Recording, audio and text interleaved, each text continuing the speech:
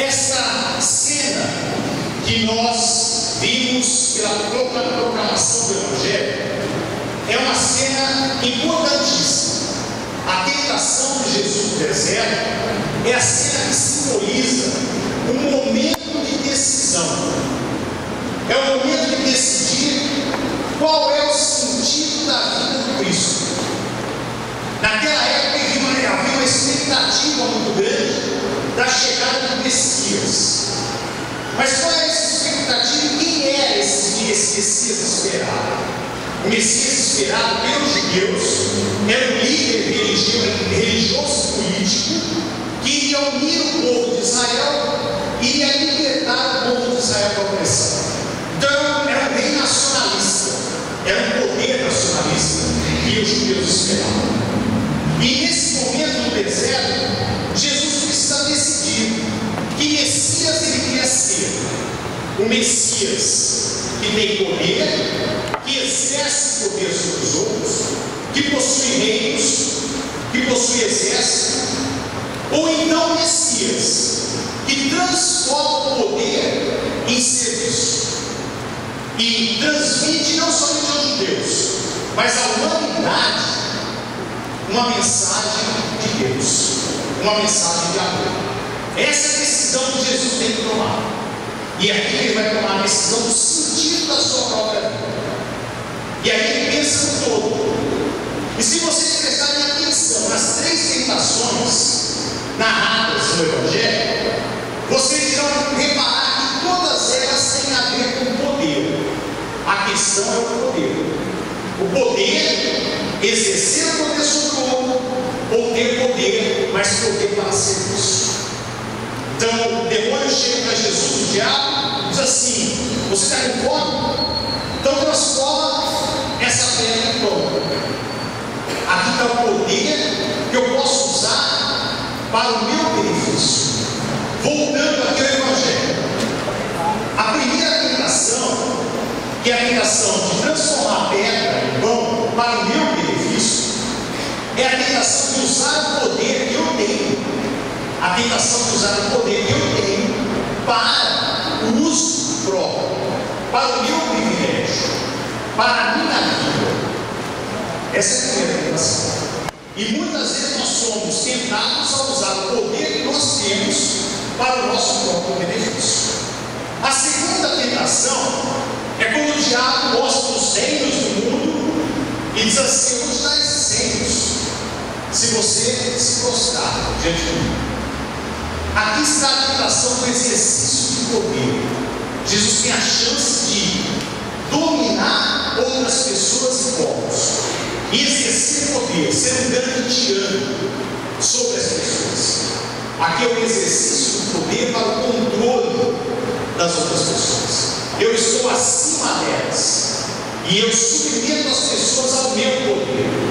E por fim, vem a terceira tentação, que é a tentação de que Jesus está no alto do templo de Jerusalém e o diabo diz assim: você pode se atirar daqui, porque os anjos vão te guardar.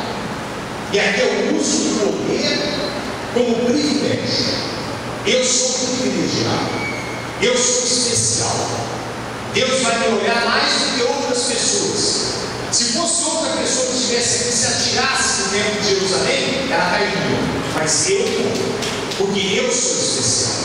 Aqui é o uso do poder para o privilégio. Então esses três poderes, essas três tentações, têm a ver com o exercício de poder. E o Cristo nega as três.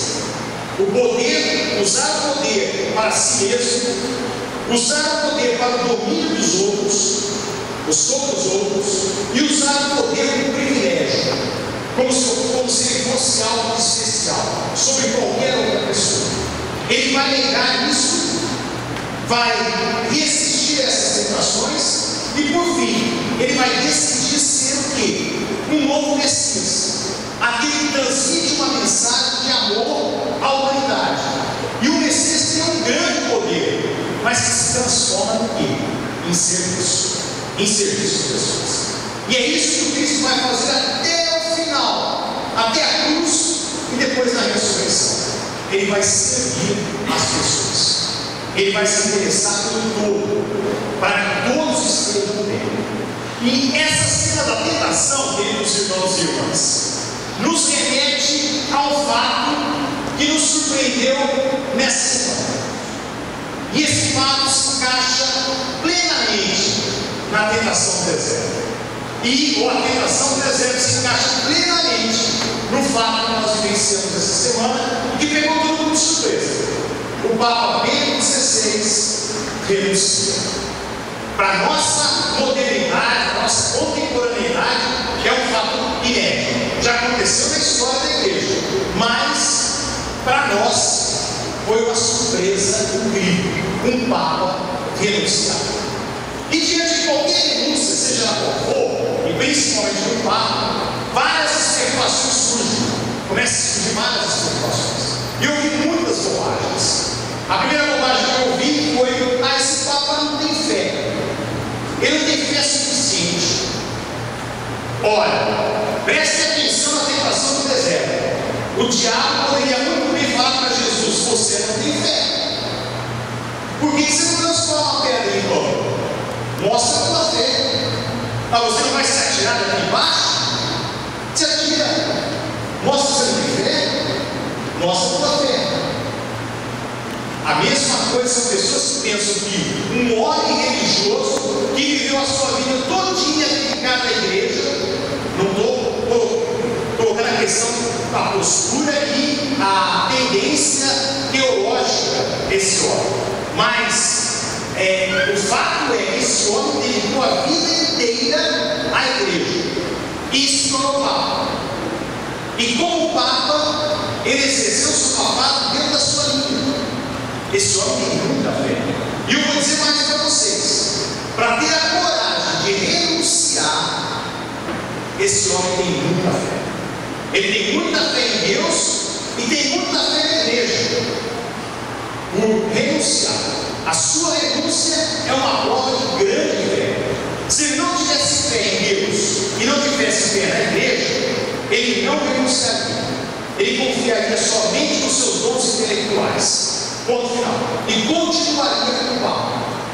Aí eu vi também que, mas foi por causa dos problemas que já aconteceram, os problemas que acontecem dentro do Vaticano. Ele não aguentou os problemas. Olha, gente, não sejamos ingênuos. O Papa Bento XVI é o cardeal Ratzinger. O cardeal Ratzinger viveu anos no Vaticano. Está cansado de ver os problemas que podem existir ali dentro. Ele não é um Papa que foi nomeado e veio lá da Alemanha e se estabeleceu no Vaticano. E de repente foi pego de surpresa por problemas que existem lá. Não, é um homem que já vivia esses problemas, esses possíveis problemas. Então não é por causa dos problemas que o Papa renunciou. Isso é um argumento muito fraco. É um argumento de quem não percebe o quanto de experiência o cardeal Ratzinger já tinha e o quanto de experiência o Papa Bento XVI tem. Aí também eu ouvi o seguinte: não, foram tendências políticas dentro do Vaticano que forçaram o Papa a renunciar.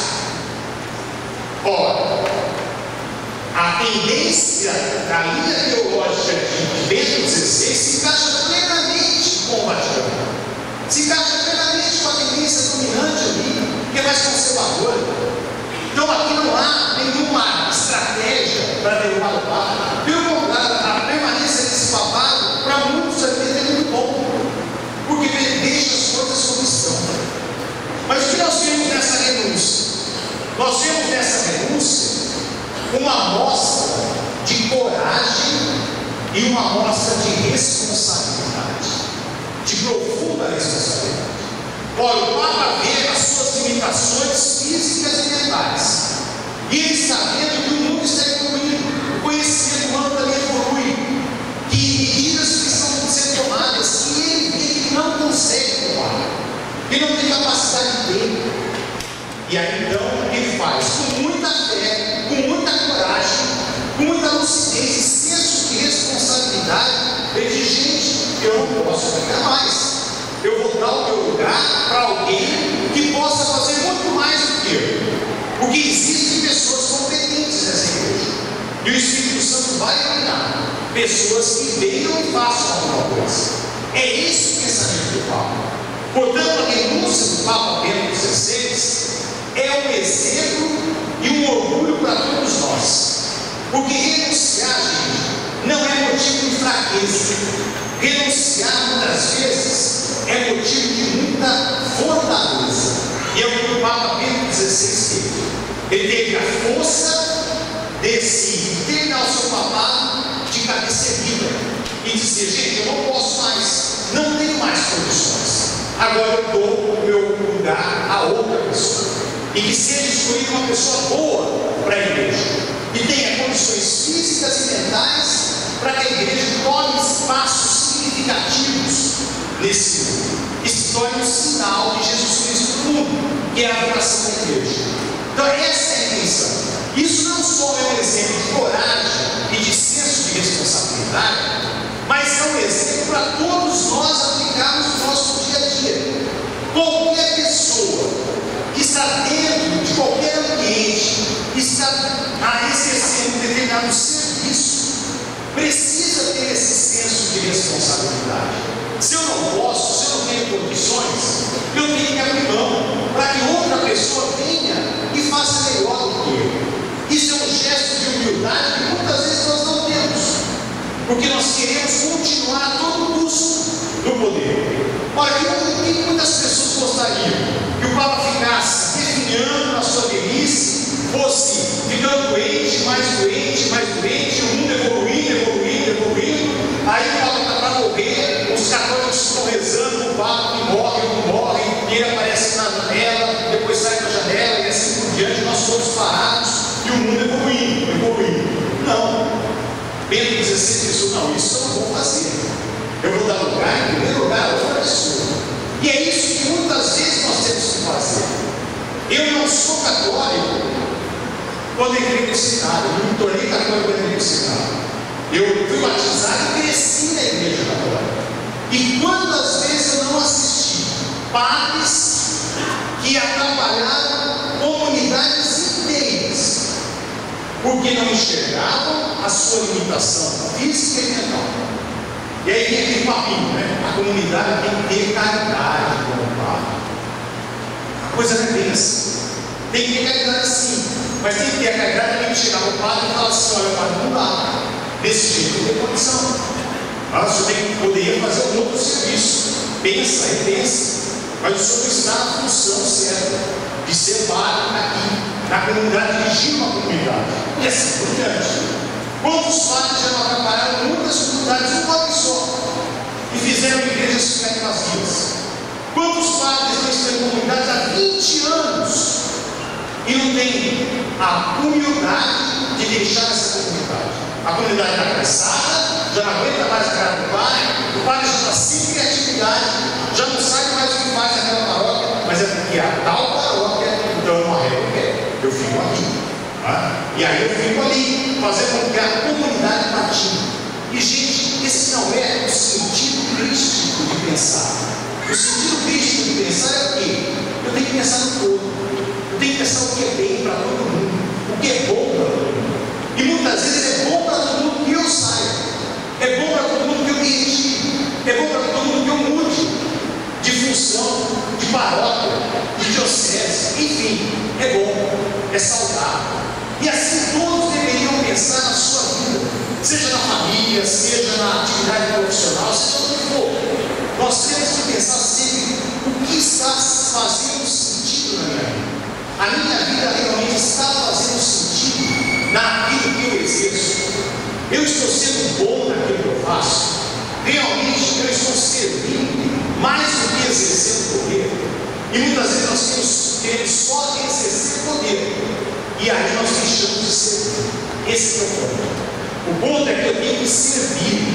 Se eu não sirvo, eu mesmo, isso é muito bonito. Eu tenho que dizer para Deus: não, aqui não é meu lugar. O meu lugar é outro lugar. Eu vou servir muito melhor estando em outro lugar, em outra função. E é assim que tem que ser a nossa cabeça. E aqui vai a questão chave do início da quaresma. Como está a minha vida? Em que sentido ele está fazendo? Dentro da minha família, da minha profissão, dentro do meu pai, dentro da minha vida. Porque tem muitas pessoas que não arredam o pé, por medo de mudança, por medo de enfrentar novos desafios e por medo de largar a sua zona de conforto. Mas a zona de conforto muitas vezes está sendo para ele, que tem o poder, ou tem a função, mas não para os outros. Para os outros está sendo desconforto que aquela pessoa esteja ali. Então que cada um reflita, cada um veja pelo exemplo do Papa um grande testemunho, um testemunho de coragem, um testemunho de fortaleza e um testemunho principalmente de senso de responsabilidade, de alguém que pensa no todo e não somente nele. Que cada um reflita sobre o sentido da sua vida e o sentido da sua vida aonde cada um está. E perceba o quanto nós estamos servindo ou o quanto nós estamos nos submetendo ao nosso ego, à massagem do nosso ego. Vamos ficar de pé e vamos confessar a nossa fé nesse Deus da vida que nos chama a uma profunda reflexão de